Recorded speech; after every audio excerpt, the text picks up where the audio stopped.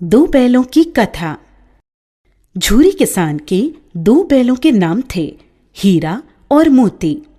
दोनों डील में ऊंचे, देखने में सुंदर काठी के और काम में दक्ष थे।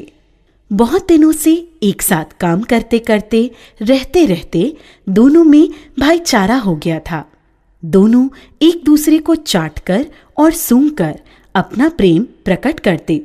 कभी कभी दोनों सींग भी मिला लिया करते थे, विग्रह के नाते नहीं, केवल विनोद के भाव से, आत्मीयता के भाव से। एक बार झूरी ने अपने दोनों बैलों की जोड़ी को पत्नी के आग्रह पर ससुराल कार्यवश भेज दिया, लेकिन बैलों को इस बात का जरा सा भी एहसास नहीं था कि उन्हें क्यों भेजा जा रहा है। उन्होंने समझा कि उन्हें मालिक ने बेच दिया है, इसलिए रास्ते में जाते समय उन्होंने झूरी के साले गया को पूरे रास्ते खूब झकाया। संध्या होने तक दोनों बैल अपने नए स्थान पर पहुंच गए। दिन भर चलने के कारण भूखे भी थे, इसलिए जब उन्हें नांद में लगाया गया तो बड़ी तेजी से खाने को उत्सुक हुए, लेकिन एक ने भी उसमें मुंह नहीं डाला। दिल भारी हो रहा था, क्योंकि आज तक जिसे उन्होंने घर समझा वह आज उनसे छूट गया था। यहाँ उनके लिए सब कुछ नया था। दोनों ने बिना कुछ खाए पिए ही एक दूसरे को कनखियों से देखा और अपनी मूक भाषा में सलाह की।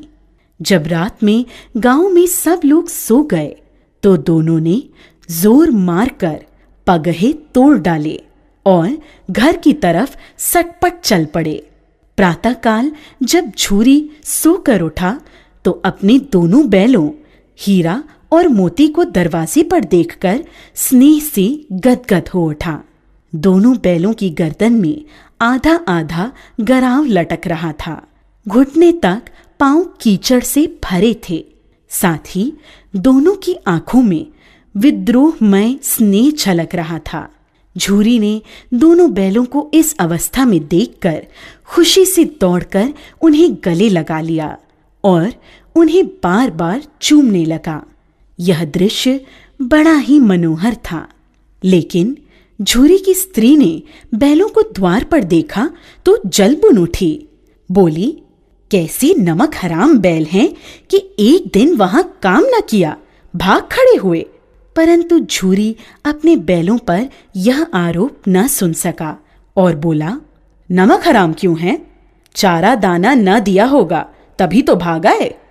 स्त्री ने रोब के साथ कहा, बस तुम ही तो बैलों को खिलाना जानते हो, और तो सभी पानी पिला पिला कर रखते हैं। झूरी ने पत्नी को चिढ़ाने के ख्याल से कहा, चारा मिलता तो क्यों भागते। दूसरे दिन झूरी का साला गया फिर आ गया और इस बार उसने उन्हें गाड़ी में जोत कर ले गया, जिससे वे उसे रास्ते में परेशान न कर सकें। जबकि 2-4 बार मोती ने गाड़ी को सड़क की खाई में गिराना चाहा, पर हीरा ने संभाल लिया, क्योंकि गाड़ी गिरने पर चोट तो उन्हें ही लगती। हीरा ज्यादा समझदार था। संध्या समय घर पहुंचकर दोनों को मोटी रस्सियों में बांधा गया और कल की शरारत का मजा चकाने के उद्देश्य से उन्हें फिर वही सूखा भूसा दिया गया, जबकि अपने घर के बैलों को खली, चूनी सब कुछ दिया गया। दोनों बैलों का ऐसा अपमान कभी नहीं हुआ था, न ही ऐसा कभी खाने को दिया गया था। दोनों ने नांद की तरफ आंख तक न उठाई। अगली सुबह गया ने दोनों बैलों को हल में जोता, पर दोनों बैलों ने अपनी जगह से न हटने की कसम खा ली थी। वह मारते मारते थक गया, लेकिन उन्होंने वहां से अपने पैरों को टस से मस तक नहीं किया।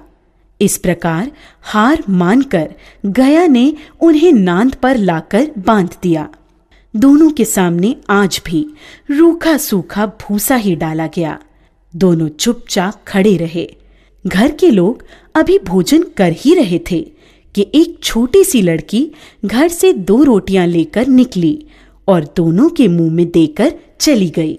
उस रोटी से उनकी भूख तो शांत होने वाली नहीं थी, लेकिन मानो दोनों के हृदय को एक अलग प्रकार की शांति मिली। धीरे धीरे 2-4 दिनों में उस छोटी सी लड़की जो भौरी की थी, जिसकी माँ मर चुकी थी, सौतेली माँ उसे हमेशा मारती रहती थी, से दोनों की आत्मीयता बढ़ गई। दोनों दिन भर जोते जाते, डंडे खाते और शाम को थान पर बांध दिए जाते और रूखा सूखा भूसा डाल दिया जाता। बस रात को वही बालिका लड़की उन्हें रोटियां खिला जाती। उससे उनकी दोस्ती हो गई थी।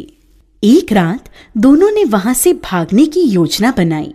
रात को जब लड़की रोटियां खिलाकर चली गई तो दोनों रस्सियां चबाने लगे, पर रस्सी मोटी होने के कारण मुंह में न आती थी। बेचारे बार बार जोर लगाकर रह जाते थे। तभी उन्होंने देखा कि घर का दरवाजा खुला और वह लड़की उनके सामने आ खड़ी हुई। दोनों सिर झुकाकर उसके हाथ को चाटने लगे।